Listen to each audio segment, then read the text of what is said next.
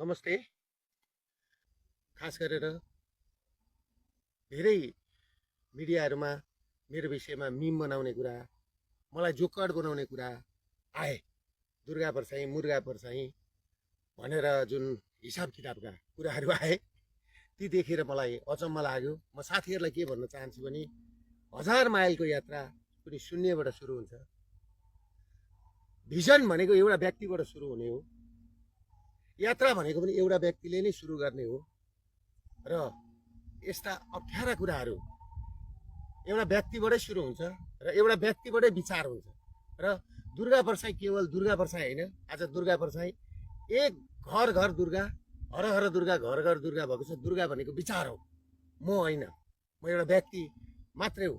त्यसले गर्दाखेरि म तपाईँहरूसँग के भन्न चाहन्छु भने म भागेको होइन। मैले दुईवटा केसमा म भागिनँ। यो केसमा म जोगिएको मात्रै हो, किनभने म रहेँ भने यो अभियान सफल हुन्छ, यो जनविद्रोह सफल हुन्छ। म नै रहेन भनेदेखि यो जनविद्रोह त्यत्तिकै दबाएर जान्छ। किनभने पेरुको कहानी म तपाईँलाई पेरुलाई लान चाहन्छु। पेरुमा जब गोन्जालोलाई पक्रेर मारियो, त्यस पछाडि पेरुको जनविद्रोह सकियो। त्यसले गर्दाखेरि म पेरुको गोन्जालो भन्न चाहन्न, म नेपालीहरूको एउटा लिडर भन्न चाहन्छु। नेपालीहरूलाई तपाईँको चाहिँ बचाउन चाहन्छु, नेपाल बचाउन चाहन्छु। त्यसले गर्दाखेरि म तपाईँहरूलाई एउटा कुरा के भन्छु भने, म भन्दै गर्दा जुन 15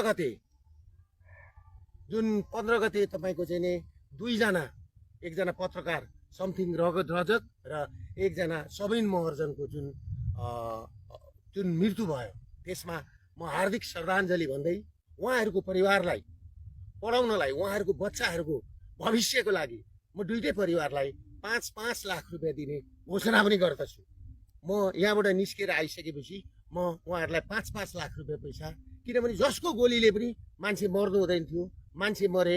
हामीले नागरिक बचाउ अभियान सुरु गरेको हो, नेपाली र नेपाललाई बचाउने अभियान सुरु गरेको हो। हामीले मान्छे मराउँ भनेर सुरु गरेको होइन। त्यसले गर्दाखेरि म तपाईँहरूलाई एउटा कुरा के भन्न चाहन्छु भने, त्यो सँगै उहाँहरूलाई 5-5 लाख रुपियाँ घोषणा गर्दै गर्दा सरकारले दिन्छ दिँदैन मलाई थाहा छैन, तर म चाहिँ दिन्छु। र त्यो सँगसँगै म अर्को कुरा के भन्न चाहन्छु भने, म भागेको छैन। मलाई त्यो दिन तपाईँहरूले अहिले सम्पूर्ण भिडियोहरू आइसके, कस्ता कस्ता मान्छेहरूले कहाँबाट घरका छतबाट कसरी ताकेर बसेर छन्।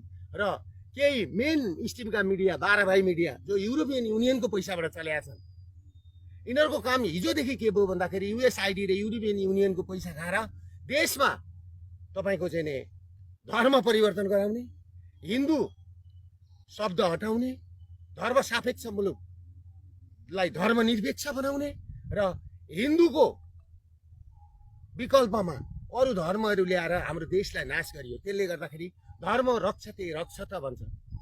धर्मलाई हामीले रक्षा गऱ्यौँ भने हामीलाई पनि धर्मले रक्षा गर्छ भन्ने युक्कानका साथ म अघि बढेको छु।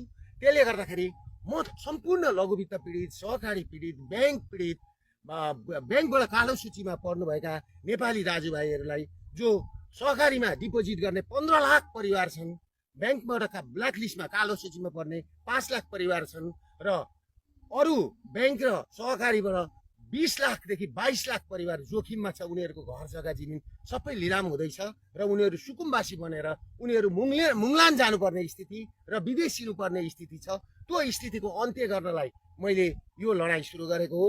त्यसले गर्दाखेरि वैदिक सनातन हिन्दू राज्यसहित राष्ट्र संस्थाको स्थापित गरौँ भनेर म लागेको मान्छे हुँ। म भाग्न जन्मेको होइन, तर म विवश भएर, किनभनेदेखि प्रचण्ड, केपी ओली दुईजना बसेर अरू एकजना राजावादी हुँ भन्ने पार्टीकै व्यक्ति बसेर, म यो भोलि पर्सि सार्वजनिक गरौँला, उहाँहरूको एउटा डिसिजन के भयो भन्दाखेरि 15 गतेको आन्दोलनलाई डिसमिस बनाउनुपर्छ र दुर्गा परसाईलाई चाहिँ एउटा पागल जस्तो बनाउनुपर्छ, जोकर बनाउनुपर्छ र दुर्गा परसाईबाट यो आन्दोलन हुँदैन भनेर जुन नेतृत्व हत्याउने कोसिस नेपालमा भइरहेको छ, त्यसमा तपाईँहरू नलाग्नु होला। सम्पूर्ण नेपालीहरूलाई के भन्छु भने, अब अरू ऊर्जाका साथ, अरू उमङ्गका साथ, नयाँ भविष्यका साथ, नयाँ योजनाका साथ म आउँदैछु। र म एउटा कुरा के भन्न चाहन्छु भनेदेखि, मेरा वकिलहरू जस्तो ध्रुवलाल श्रेष्ठ, स्वागत नेपाल, टङ्क दुलाल, सुशील पन्त, रमन श्रेष्ठ, तपाईँको चाहिँ डाक्टर सुरेन्द्र भण्डारी, डाक्टर भीमार्जुन आचार्य र मानव अधिकारको रोभरमा हो भनेदेखि म भोलि नै 24 घण्टाभित्रमा उपस्थिति हुन म पुलिस प्रशासन समक्ष आउन म तयार छु। मलाई पुलिसले खोज्नु पर्दैन। काहीँ इन्डिया भागो भनेको छ, कहाँ भागो भनेको छ, म कहीँ भागेको छुइनँ। म नेपालमै छु, कुनै ठाउँमा छु र म सार्वजनिक हुन्छु। र म तपाईँलाई के भन्न चाहन्छु भने मेरो जीवनको तपाईँहरू ग्यारेन्टी गर्नुहुन्छ र मानव अधिकार र वकिलहरूको रोभरमा, अघि मैले नाम भनेका वकिलहरूको रोभरमा हो भनेदेखि म 24 घण्टाभित्रमा उपस्थित हुन तयार छु।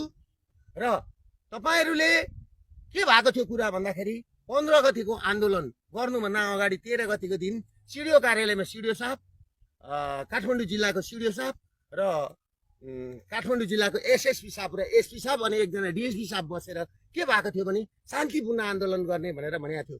तर हामी स्टेजमै पुग्न नपाइकन हाम्रो र म स्टेजमा पुग्नुभन्दा 15 मिनट अगाडि नै तपाईँको चाहिँ घरका छतबाट टियर ग्यास गोली बर्साइए र नेसनल गाना, नेसनल एन्थम जस्तो तपाईँको राष्ट्रिय गान गाउँदै तपाईँको चाहिँ नि त्यहाँ टियर ग्यासहरू खस्न थाले। भनेपछि यो आन्दोलनलाई उग्र बनाउने काम कसले गरेको? पुलिस प्रशासनले हो। म सिडिओ साहबलाई प्रश्न गर्न चाहन्छु। भ्यालीका एसपी साहब, एसएसपी साहबलाई मैले भनेको थियो शान्तिपूर्ण गरौँ, शान्तिपूर्ण गर्ने भनेर मैले भन्दै तपाईँहरूले किन गोली बर्साउनु भयो? तपाईँहरूले टियर ग्यास किन हान्नुभयो राष्ट्रिय गान बसेको ठाउँमा? त्यसले गर्दा यसको जिम्मेवारी काठमाडौँका सिडिओ, काठमाडौँका एसएसपी र काठमाडौँ चलाउने हाँक्नेले यसको जिम्मेवारी लिनुपर्छ। र तपाईँले अर्को कुरा के बुझ्नुहोस् भनेदेखि यो के भन्छ, डेट एक्सपायर भएका अश्रु ग्यास फ्याँकिया छन्। किन फ्याँकिए डेट एक्सपायर भएका अश्रु ग्यास? किनभने हाम्रो प्लान के थियो भने त्यो दिन हामी घोषणा सभा थियो। हामीले 3:46 हाम्रो घोषणा सभा गरेर हामीले एउटा अल्टिमेटम दिएर अनि हामी बिदा हुने भनेर हामीले सबै कुरा मिलाएर आएको ठाउँमा तपाईँहरूले पहिल्यै गोली घरमा मान्छे चढाएर गोली पड्काएर तपाईँको चाहिँ नि अश्रु ग्यास फ्याँकेर तपाईँहरूले जुन काम गर्नुभएको छ यो उत्पीडन सर्वहारा वर्ग भुइँ मान्छे जो पीडित छन्, ब्याङ्कले थिचोमिचो परेर लघुवित्त सहकारीबाट चाहिँ नि घरबार विहीन भएका मान्छेमाथि जुन तपाईँहरूले बर्बर चाहिँ अत्याचार गर्नुभएको छ त्यसको त क्षम्य हुने स्थिति छैन। आज बम्बईका कोठीदेखि भारतका विभिन्न कोठीहरूमा नेपाली चेलीहरूले कसरी पठाएको पैसा त्यो पनि रेमिटेन्स, त्यो पनि तपाईँहरू तस्करहरूकै खल्तीमा गएको छ। र खाडी मुलुकमा नारकीय जीवन बिताएका हाम्रा दाजुभाइ चेलीबेटीहरूको पैसो रेमिटेन्स तपाईँहरूकै खातामा गएको छ। त्यसले गर्दाखेरि यसको अन्त्य गर्न जरुरी छ भनेर म लागेको मान्छे हो। म नेपाल र नेपालीको लागि लागेको मान्छे हो। त्यसले गर्दाखेरि तपाईँहरू एउटा कुरा के बुझ्नुहोस् भने म पुलिस प्रशासनलाई पनि संयम हुन र मलाई खोज्नु पर्दैन। म आइजी साहबलाई यहीँबाट भन्छु, म तपाईँलाई राम्रो चिन्दछु, तपाईँ राम्रो क्याडर हो। मैले तपाईँलाई के भन्न चाहन्छु भने तपाईँले यो जिम्मेवारी लिनुहुन्छ र 5 जना वकिल र 5 जना मानव अधिकारवादीको रोभरमा तपाईँले चाहिँ नि कुरा गर्नुहुन्छ भने म यो सम्बोधन आएको 24 घण्टादेखि 36 घण्टाभित्रमा सार्वजनिक हुन्छु भन्दै बिदा लिन चाहन्छु। नमस्ते।